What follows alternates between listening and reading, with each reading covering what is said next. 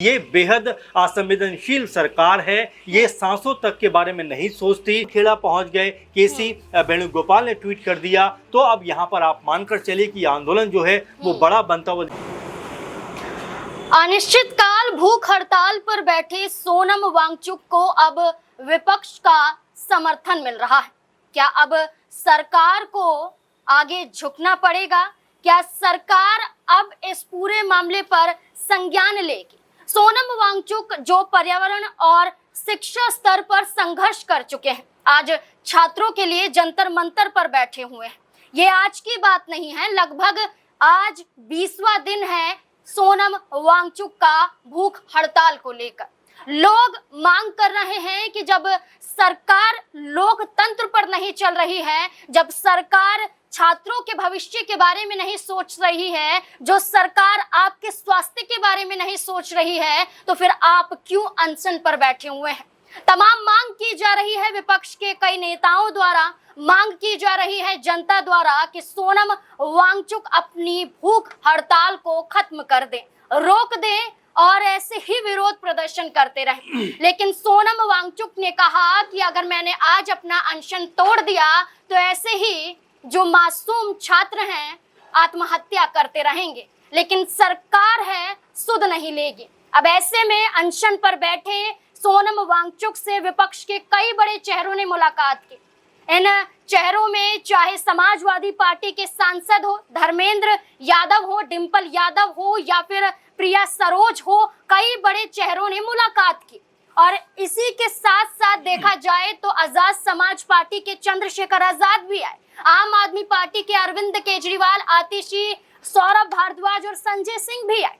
जहां ये मांग की जा रही थी कि कांग्रेस पार्टी अपना समर्थन कब सौंपेगी, तो आज सुबह ही खबर सामने आती है कि पवन खेड़ा कांग्रेस पार्टी की तरफ से सोनम वांगचुक से मुलाकात करने पहुंच जाते हैं।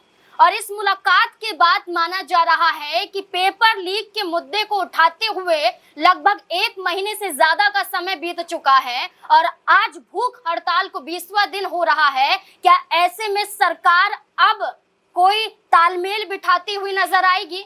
क्या अपनी तरफ से आगे कदम बढ़ाती हुई नजर आएगी? इसी से जुड़े हुए तमाम और भी सवाल हैं, चर्चा करेंगे। चर्चा करने के लिए मेरे साथ वरिष्ठ सहयोगी अमन जी मौजूद हैं।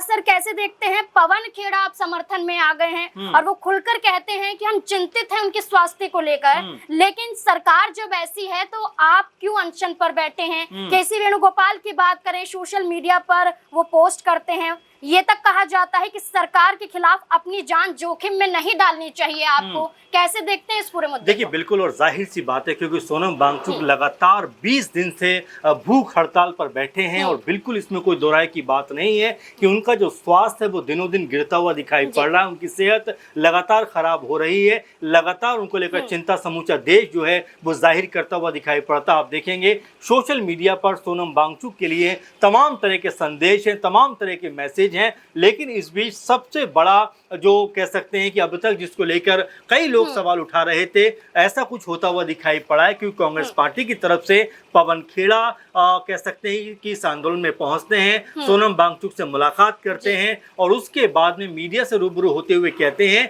कि ये बेहद असंवेदनशील सरकार है। ये सांसों तक के बारे में नहीं सोचती। सोनम वांगचुक जो छात्रों की लड़ाई को लड़ रहे हैं, उनसे कोई भी सत्ताधारी नेता बात करना नहीं चाहता, या अभी तक बात करने को नहीं आया। यानी कि कांग्रेस पार्टी ने पुरजोर तरीके से यहाँ पर सोनम वांगचुक के लिए आवाज बुलंद की है, बच्चों के लिए आवाज बुलंद की है और इस आंदोलन को एक तरीके से अपना सपोर्ट दिया है। इसके अलावा केसी वेणुगोपाल जो हैं, उन्होंने भी सोशल मीडिया के जरिए इस पूरे आंदोलन को सपोर्ट किया है और सोनम वांगचुक की सेहत को लेकर अपनी चिंता यहाँ पर जाहिर कर दी है। तो आप लगातार देख रहे थे, तमाम लोग इस बात को कहते हुए दिखाई पड़ते थे कि भाई आखिर इस आंदोलन से कांग्रेस पार्टी ने इतनी दूरी क्यों बनाई हुई है, और अब उस दूरी को शायद पवन खेड़ा ने खत्म कर दिया है। वो वहां पहुंचते हैं और सोनम वांगचुक से मुलाकात करते हुए नजर आते हैं। इस मुलाकात को लेकर लेकर काफी दिनों से ये चर्चा चल रही थी कि अगर कांग्रेस पार्टी समर्थन दे देती है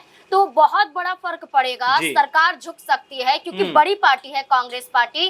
क्या लगता है कि बीजेपी की तरफ से कोई नेता सामने आएगा? जी देखिए, बिल्कुल आपने सही कहा, क्योंकि कांग्रेस पार्टी की बात करें तो मुख्य विपक्षी पार्टी है और जाहिर बात है एलओपी राहुल गांधी अपने आप में एक बड़ा नाम बनते हुए दिखाई पड़ते हैं। अभी भी देखें तो छात्रों की गूंज को लेकर तमाम देश में वो घूमते हुए दिखाई पड़ते हैं, कभी कोटा जाते हैं, कभी देहरादून जाते हैं, यानी छात्रों से कम्युनिकेट वो भी करते हुए नजर आते हैं। तो भले ही राहें अलग हों लेकिन मकसद कहने के दोनों का एक नजर आता है और इसी बात को लेकर सब लोग यही कह रहे थे कि आखिर कांग्रेस पार्टी समर्थन क्यों नहीं कर रही। अब जब पवन खेड़ा पहुंच गए, केसी वेणुगोपाल ने ट्वीट कर दिया, तो अब यहां पर आप मानकर चलिए कि आंदोलन जो है वो बड़ा बनता हुआ दिखाई पड़ सकता है, क्योंकि 20 जुलाई को संसद घेराव के तक संसद तक के मार्च का पूरे का पूरा प्रदर्शन का जो है एक समय निर्धारित किया गया है। तो उस समय क्या भारी भीड़ यहाँ पर देखने को मिलेगी। राहुल गांधी साथ होंगे क्योंकि 20 तारीख से ही मानसून सत्र की शुरुआत है और संसद चलो अभियान चलाने की बात, मार्च निकालने की बात इस पार्टी की तरफ से की जा रही है। देखिए बिल्कुल, और इसमें कोई हैरानी की बात भी नहीं होनी चाहिए कि राहुल गांधी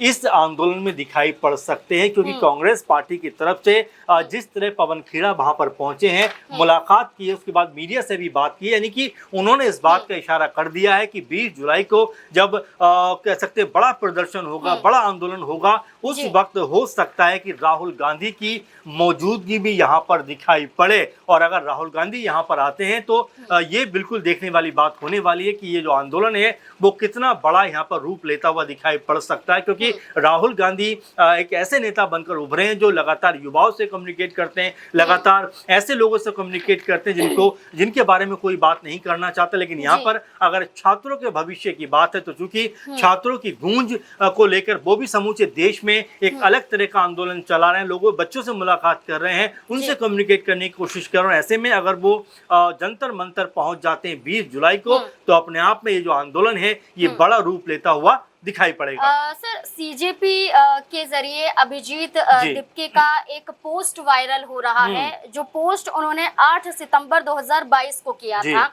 इस पोस्ट में वो भारत जोड़ो यात्रा को लेकर एक बड़ा कमेंट करते हुए नजर आए थे। उन्होंने कहा था कि ये भारत जोड़ो यात्रा नहीं बल्कि ट्रैवल व्लॉग है। और ऐसा कहना क्या बताता है कि अब सवाल खड़े हो रहे हैं, लोग कहने कि राहुल गांधी की जरूरत क्यों पड़ रही है, कांग्रेस की जरूरत क्यों पड़ रही है, आपने तो उनकी यात्रा को ही ट्रैवल ब्लॉग बता दिया था, अब राहुल गांधी की मांग की जा रही कि वो भी यहाँ पर पहुंचे। तो कैसे देखते हैं इसका? देखिए नाज़मीन, ये सब समय समय की बात है, क्योंकि 2024 से पहले की आप बात करेंगे तो कोई भी राहुल गांधी को लेकर उतना सीरियस नहीं होना चाहता था, इतना गंभीर नहीं होना चाहता था, बल्कि ये तक कहते हुए नजर आते थे कि वो कांग्रेस पार्टी को खत्म करके मानेंगे। इस तरह की तमाम तरह की बातें कही जाती थी। और उसी दौरान जब भारत जोड़ो यात्रा की और भारत जोड़ो न्याय यात्रा की, उसको लेकर जब पूरे देश में माहौल बना, और उसी दौरान कह सकते हैं कि अभिजीत दीपके का ये जो कमेंट था कि राहुल गांधी की यात्रा को उन्होंने जिस तरह से क्रिटिसाइज किया था, जिस तरह का कमेंट किया था, तो वो भी एक समय की बात है। देखिए,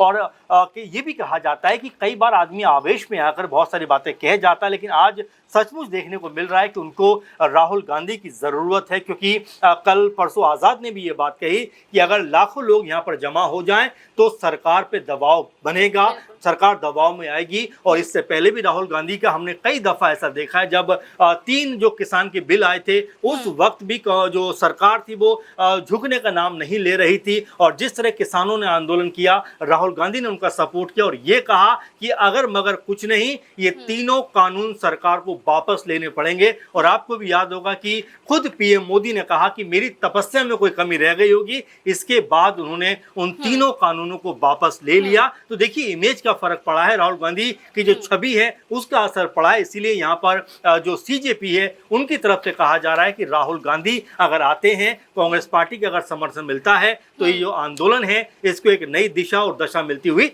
दिखाई। अब यही देखना होगा कि कांग्रेस पार्टी का भी समर्थन मिल गया, पवन खेड़ा वहां पर पहुंच जाते हैं, जंतर मंतर पहुंच के मुलाकात सोनम वांगचुक से की जाती है। अब आने वाले वक्त में यानी कि 20 तारीख को क्या होगा, 20 जुलाई को क्या होगा, जो संसद चलो मार्च निकाला जाएगा, जहां कांग्रेस पार्टी मांग कर रही है कि संसद के अंदर हम आपकी बातों को रखेंगे, आपकी मांगों को रखेंगे, तो कैसे संसद के अंदर ही रखा जाएगी इन बातों को, या संसद के बाहर भी समर्थन सौंपा जाएगा? क्या वहां राहुल गांधी होंगे समर्थन करने के लिए या फिर नहीं? आपको क्या लगता है इस पूरे मुद्दे को लेकर? अपनी राय कमेंट सेक्शन में जरूर